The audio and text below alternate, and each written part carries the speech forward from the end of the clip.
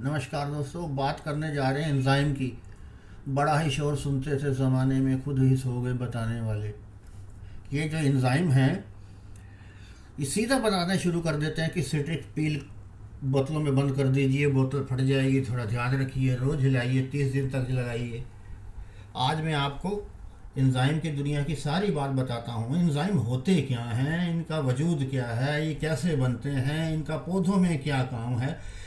अगर आपने किसी चीज़ पर वीडियो बनानी है तो संपूर्ण रूप से बनाइए। देखिए, एंजाइम जो होते हैं इंसान के लिए भी आवश्यक होते हैं। छोटी अंतड़ियाँ, बड़ी अंतड़ियाँ, स्मॉल इंटेस्टाइन और लार्ज इंटेस्टाइन, काम ये हर चीज़ को तोड़ते हैं। ये तो मनुष्य के भोजन की बात है। छोटी इंटेस्टाइन और बड़ी इंटेस्टाइन के अलावा ये पैनक्रियाज में भी पाए जाते हैं, और कुछ लीवर के एंजाइम भी होते हैं। जब यहाँ में लीवर ख़राब होता है तो आपको पता है कि लीवर टेस्ट करवाया जाता है। तो बात सीधी करते हैं, ये जो प्लांट है जी, एंजाइम होते क्या हैं? ये एक प्रकार के प्रोटीन होते हैं जो कि अमीनो एसिड्स की श्रृंखला से क्रमबद्ध विकास के रूप में आगे बढ़ते हैं। जी हाँ, ये एक किस्म के प्रोटीन होते हैं एंजाइम। अमीनो एसिड से वो पूरी तरह से भरे होते हैं। तो पौधों के जो एंजाइम होते हैं वो भी उसी प्रकार होते हैं। मुख्य रूप से जो पौधों के जो एंजाइम होते हैं, एमिलेज, लिपासेज, सेलुलेज, फॉस्फेटेज, यूरेज फास्टेज और चिटेनेसिस, ये कुछ प्रमुख प्लांट की वृद्धि में जो सहायक एंजाइम होते हैं, ये उनके नाम होते हैं। अब प्रश्न ये उठता है कि ये तो मैंने बता दिया कि ये एंजाइम होते क्या हैं, एंजाइम कितने प्रकार के होते हैं, और एंजाइम का महत्व क्या है। अब थोड़ी सी और जानकारी अगर लिए जाए तो जो एंजाइम होते हैं वैसे तो मिट्टी में होते ही हैं। लगातार मिट्टी के घटकों जैसे खनिज, मिनरल, राइजोस्फीयर और कई पोषक तत्वों के साथ बातचीत करते हैं। जी हाँ, एंजाइम भी बातचीत करते रहते हैं। अभी तक उसको डिकोड कोई भी कृषि वैज्ञानिक नहीं कर पाया है एंजाइम की बातचीत के।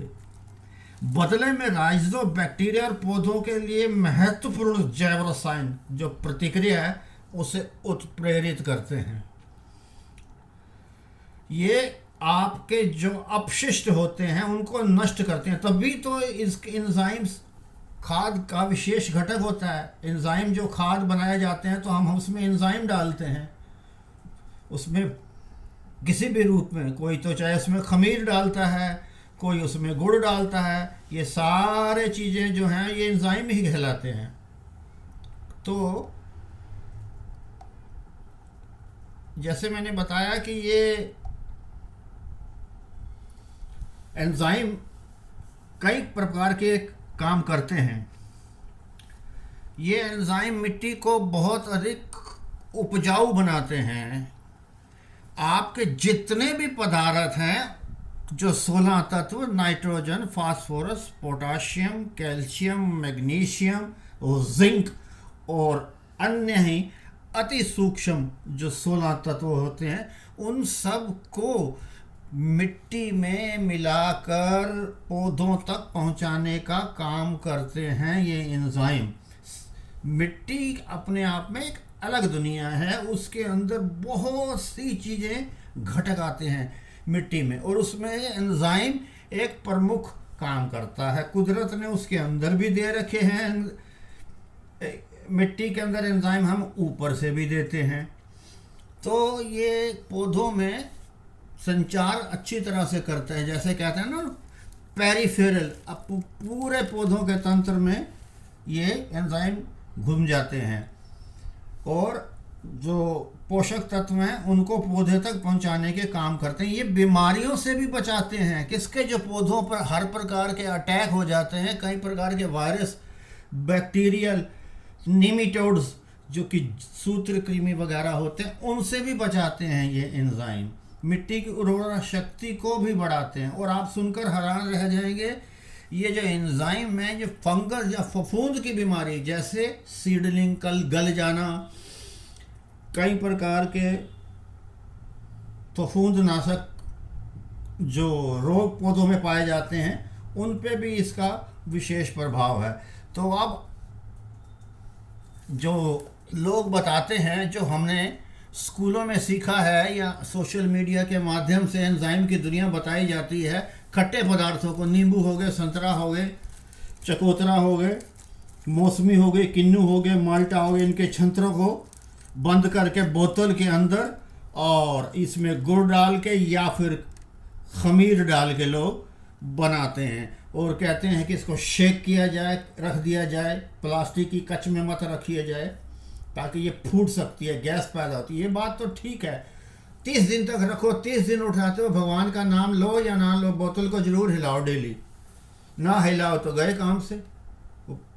फट भी सकती है कांच की बोतल, हालांकि फट तो प्लास्टिक की भी सकती है, कर्म से हरास कम होता है। तो आज मैं बताने जा रहा हूँ कि कोई भी ऐसा जो एंजाइम बनाना है उसमें नंबर 1 की स्थिति में ये अनानास आता है। इसके अंदर तमाम तरह, इसके जो पील आप करोगे, संतरा तो खा सकते हैं आप, संतरा भी ले सकते हैं, लेकिन ये जो एंजाइम के बादशाह हैं, ये इसके अंदर एंजाइम आप ले सकते हो। इनका छिलका जो होता है आप निकाल दीजिए। आप बनाना के अंदर ले सकते हो, बनाना के अंदर तो वैसे ही फास्फोरस और पोटाश का बहुत ही बड़ा खजाना है। बनाना पील की तो आप बहुत ही वीडियो देखते रहते हैं। इसके अंदर पपाया भी आता है, आने को तो हनी भी आता है, हनी यानी कि शहद भी आता है।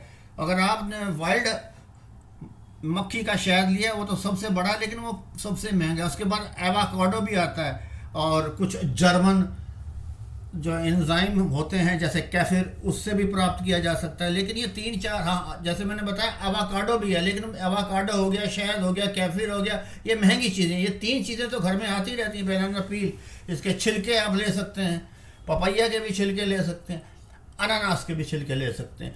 इन तीनों को एक बड़े बर्तन में, टब में डाल के रख दीजिए। उसके अंदर थोड़ा सा गुड़ या शक्कर डाल दीजिए, चीनी नहीं डालनी है जो कि रासायनिक तरीकों से संशोधित होती है।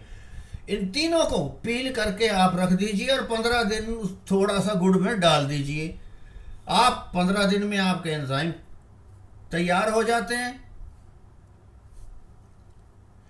तो 15 दिन में जब एंजाइम तैयार हो जाएंगे पील के साथ में, अगर आपने जैगरी या गुड़ डाल दिया तो उसको अच्छी तरह से, इसके जो एंजाइम हैं, जो ये खुद में चलित